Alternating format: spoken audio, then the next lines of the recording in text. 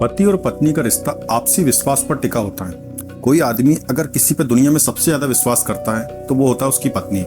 पत्नी ही तो उसकी सबसे अच्छी दोस्त और जीवन साथी होती है। ऐसे में पति पत्नी पर अंधा विश्वास ना करे तो भला किस पर करे। सतीश को भी अपनी पत्नी मधु पर अंधविश्वास की सीमा तक विश्वास था। उसका यकीन तब टूटा जब एक दिन अचानक तबीयत खराब होने पर वो शाम को घर जल्दी लौट आया। नमस्कार, आदाब और सत श्री अकाल दोस्तों, अभिवादन स्वीकार कीजिए आप IK3 का। क्राइम चौपाल की एक खास एपिसोड में एक नई कहानी लेकर आया हूँ जो पति और पत्नी के विश्वास पर बनी हुई है। इस कहानी में दो पात्र हैं, सतीश और मधु, जिनका एक दूसरे से अंधविश्वास तक के प्रेम था। एक दिन अचानक तबीयत खराब हो जाने पर सतीश शाम को अचानक घर लौट आया। दरअसल सतीश मेडिकल में MR का काम करता था। वो सुबह 10 बजे घर से निकलता था तो रात को 9 बजे के आसपास घर वापस होता था, लेकिन उस दिन वो घर जल्दी लौट आया। सतीश कुमार श्रीवास्तव जैसे ही अपने घर के दरवाजे पर पहुंचा तो अंदर से मधु की खिलखिलाहट भरी आवाज आई। आवाज सुनकर सतीश के पांव जैसे एकदम से ठहर गए। सतीश सोचने लगा कि जब मैं घर में रहता हूं तो ये हमेशा अपना मुंह बनाकर रखती है। मैं कुछ कहता हूं तो चिढ़ जाती है, हमेशा कहती है कि मुझसे बात मत करो, मूड खराब है। लेकिन अब वो किसके साथ आखिर खिलखिलाकर बात कर रही है? सतीश ने दिमाग पर बहुत जोर दिया, पर उसे याद नहीं आ रहा था कि मधु कब उसके सामने इस तरह से खिलखिलाकर हंसी थी। सतीश के दिमाग में शक का कीड़ा कुलबुलाने लगा। आखिर इस समय घर के अंदर कौन है जिसके साथ वो इस तरह से खिलखिलाकर बातें कर रही है? सतीश ने आगे कदम बढ़ाए लेकिन फिर वापस खींच लिए। मधु कह रही थी कि तुम्हारे जोश की तो मैं दीवानी हूँ। अरे छोड़ो यार, तुम किस माटी के माधव की बात कर रहे हो? अगर वो रसीला होता तो भला मैं तुमसे क्यों दिल लगाती? मैं तुम्हारे जोश और तुम्हारी रसीली बातों की दीवानी हूँ। एक तरफा संवादों से सतीश ने अनुमान लगा लिया कि कमरे में मधु के अलावा और कोई नहीं है।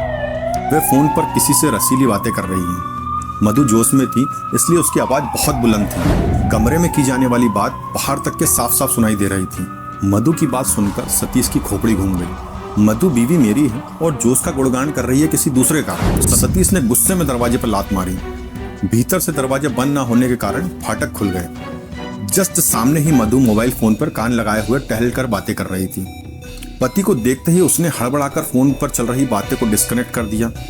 इसके बाद वह अपने चेहरे पर मुस्कान सजाने की जबरन कोशिश करते हुए बोली, अरे तुम इतने जल्दी आज घर कैसे आ गए? सतीश ने मधु को खा जाने वाली नजरों से देखा और फिर बोला, तू किसके जोश की दीवानी है? सतीश ने लपक कर मधु का हाथ पकड़ लिया और उससे मोबाइल छीनने लगा। झपटा झपटी के बीच में मधु ने उस नंबर को डिलीट कर दिया। सतीश का दिमाग तो पहले से ही गर्म था, नंबर डिलीट करने से वो और गर्म हो गया। उसने मधु को लात घूंसे और थप्पड़ रसीद कर दिए। हर प्रहार के साथ उसका प्रश्न होता था कि तू किसके जोश की दीवानी है और ये सब कब से चल रहा है। लेकिन पिटाई होने के बावजूद भी मधु ने अपनी जबान नहीं खोली। मधु को पीटते पीटते जब सतीश थक गया तो वो घर से बाहर चला गया। मधु कमरे में सिसकती रही और अपने भाग्य को कोसती रही। उत्तर प्रदेश के कानपुर शहर में बर्रा थाना के अंतर्गत एक मोहल्ला है जिसका नाम है जरोली। इसी मोहल्ले में सतीश कुमार श्रीवास्तव अपने परिवार के साथ रहता था। उसके परिवार में अपनी पत्नी के अलावा उसके दो बेटे आयुष और पीयूष थे। वो मूल रूप से औरैया जिले का रहने वाला था। सालों पहले वो रोटी रोजी की तलाश में कानपुर शहर आ गया था। वो पढ़ा लिखा था, हिंदी और अंग्रेजी भाषा में उसकी जबरदस्त पकड़ थी, अतः उससे कानपुर में ही एक आयुर्वेदिक दवा कंपनी में नौकरी मिल गई। बाद में वो मेडिकल रिप्रेजेंटेटिव यानी MR बन गया और उसी कंपनी की दवा आयुर्वेदिक डॉक्टरों को यहाँ से वहाँ सप्लाई करने लगा। मधु सतीश की दूसरी पत्नी थी।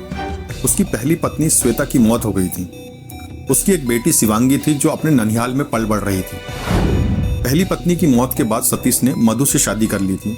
मधु पढ़ी लिखी और तेज तर्रार थी, साथ ही साथ सुंदर भी थी, इसलिए सतीश उससे बहुत चाहता था और उस पर भरोसा भी बहुत करता था। सतीश मधु की हर खुशी का ख्याल रखता था। समय के साथ ही मधु के बच्चे आयुष और पीयूष बड़े होते गए और उसका खर्च भी बढ़ गया। इन खर्चों को पूरा करने के लिए मधु ने अपने पति के साथ काम करने का निश्चय किया। मधु ने इस सब्जेक्ट में सतीश से बात की। पहले तो सतीश ने साफ मना कर दिया, लेकिन पत्नी के समझाने के बाद वो मान भी गया। सतीश अब विजिट के लिए घर से निकलता तो मधु को भी साथ में लेके जाता।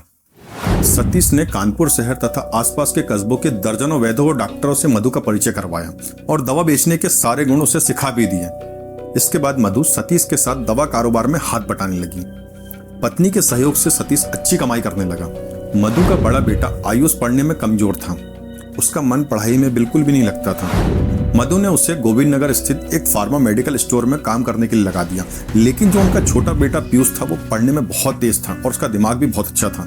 मधु उसे पढ़ा लिखा कर डॉक्टर बनाना चाहती थी, अतः वो उसकी पढ़ाई का पूरा ध्यान देती थी और वो पढ़ाई के साथ साथ कोचिंग भी जाता था। मधु ने कुछ समय तक तो पति के साथ ही काम किया।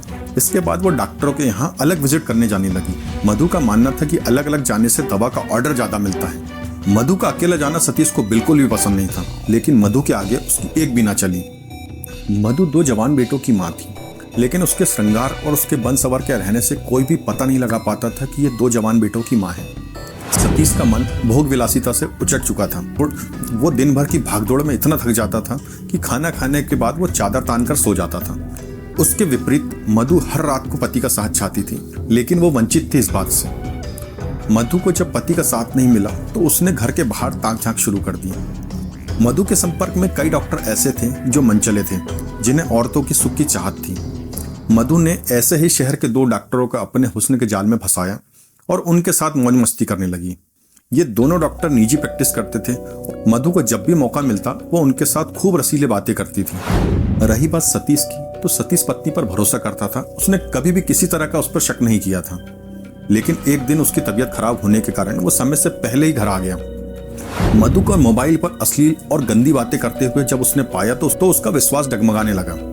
शक होने के बाद उसने मधु की जमकर धुलाई की, लेकिन मधु ने इतनी पिटाई खाने के बाद भी आशिक का नाम नहीं बताया, बल्कि आशिक का मोबाइल नंबर भी डिलीट कर दिया।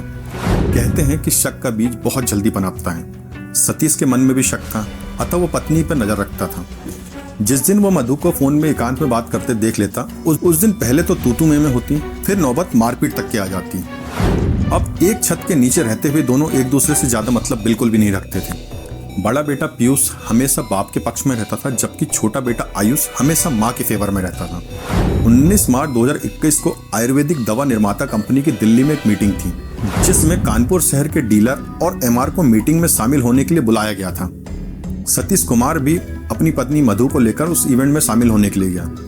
मीटिंग खत्म होने के बाद मधु ने कुछ खरीदारी की और फिर शताब्दी बस से दोनों कानपुर के लिए रवाना हो गए। 21 मार्च 2021 की सुबह मधु अपने पति के साथ वापस अपने घर पहुंची। उस समय घर पर कोई दूसरा नहीं था।